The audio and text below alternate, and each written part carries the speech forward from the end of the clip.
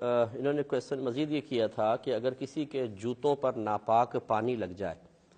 تو کیا ایک ہی دفعہ اس پر کافی سارا پانی بہا لیں تو جوتے پاک ہو جائیں گے کہ نہیں؟ اس کویسچن کی اصل یہ ہے، ان کو شاید مسئلہ معلوم ہوگا کہ علماء نے فرمایا کہ جب جوتوں پہ ناپاکی لگ کر خشک ہو جائے، جیسے پیشاب لگا، پانی لگا، خشک ہو گیا، تو اس کو دھونے کا طریقہ، پھر اس پاک کرنے کا طریقہ یہ ہوتا ہے کہ ایک دفعہ اس پہ کافی سارا پانی بہائیں، پھر اس کو کسی طرح لٹکا دیں۔ جب اس سے قطرے ٹپکنا موقوف ہو جائیں، سوکھنے کا نہیں فرمایا، قطرے ٹپکنا موقوف ہو جائیں تو پھر پانی بہائیں، پھر اس کو لٹکا دیں،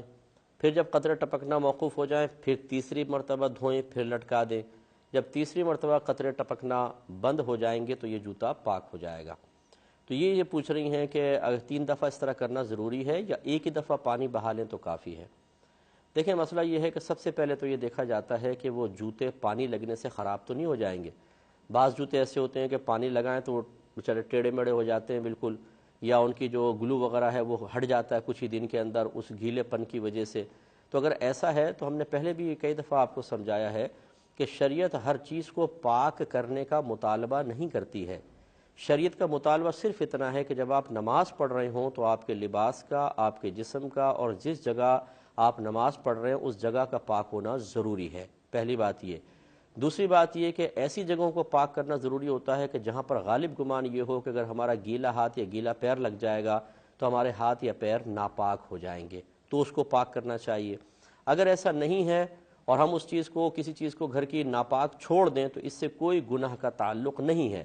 مثال کے طور پر ایک اسٹور روم ہے، اس میں بچے نے پیشاب کر دیا، ہم اسے پاک نہیں کر رہے، 10 سال بھی وہ اسی طرح پڑا رہے، کوئی گناہ نہیں ہے، وہ ناپاک رہے، کوئی بات نہیں۔ اسی طرح بعض صوفے ایسے ہوتے ہیں کہ اس پہ پانی ڈالیں گے خراب ہو جائے گا، آپ نے خالی اسمیل دور کر دی نجاست کی، جیسے پیشاب وغیرہ بچے نے کیا، اور پھر اس کو مکمل پاک نہیں کیا، ایسے چھوڑ دیا، آپ بالکل گناہ گار نہیں ہوں گے۔ بس اس میں یہ احتیاط رکھنی ہوگی کہ گیلا ہاتھ اس ناپاکی کی جگہ پر نہ لگے۔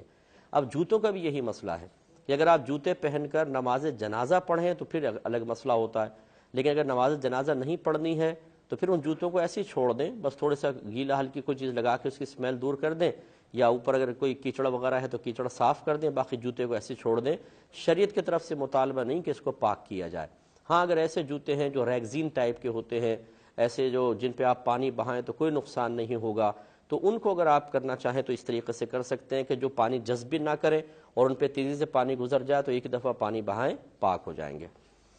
ایک کالر